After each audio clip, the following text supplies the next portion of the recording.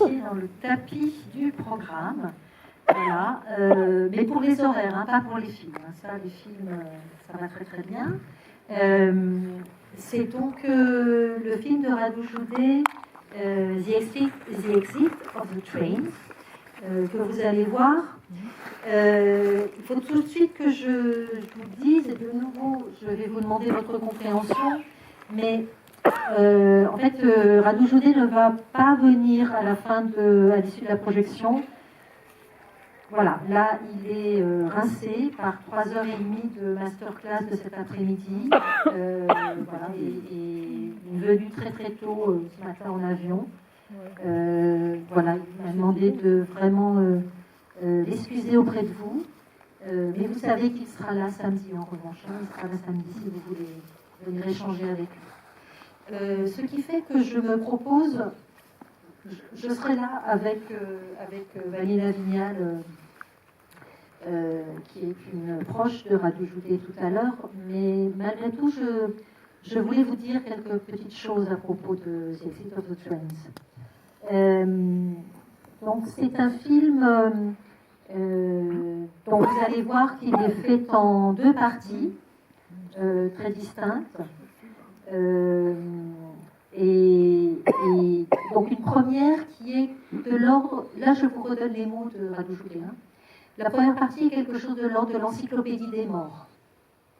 Vous verrez très vite que les personnes qui sont présentées le sont dans un ordre alphabétique.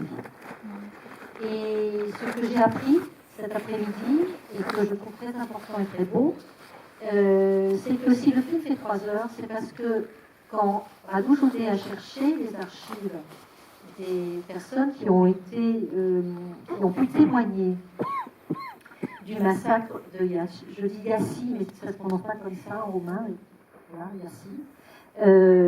Quand les personnes quand il y a eu une collecte des témoignages des personnes qui ont été massacrées, eh bien, Radu Jude a trouvé cette collecte, vous allez voir, la montée, et ça faisait un film au final, ça faisait un film de 3 heures, et il s'est dit, moi je ne coupe pas, moi j'élimine pas les gens.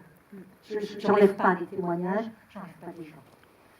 Je pense que c'est quand même la meilleure raison du monde pour la durée de ce film.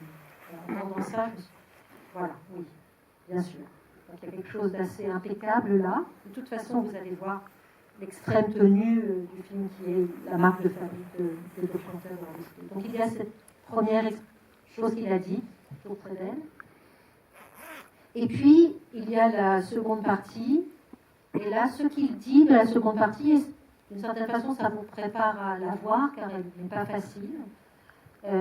Il dit il fallait montrer ces photographies, car il fallait que les spectateurs confrontent ce qu'ils ont pu imaginer dans la première partie, quand on parle de ce qui est quand on raconte ce qui est arrivé aux personnes, il fallait qu'ils se confrontent avec les images.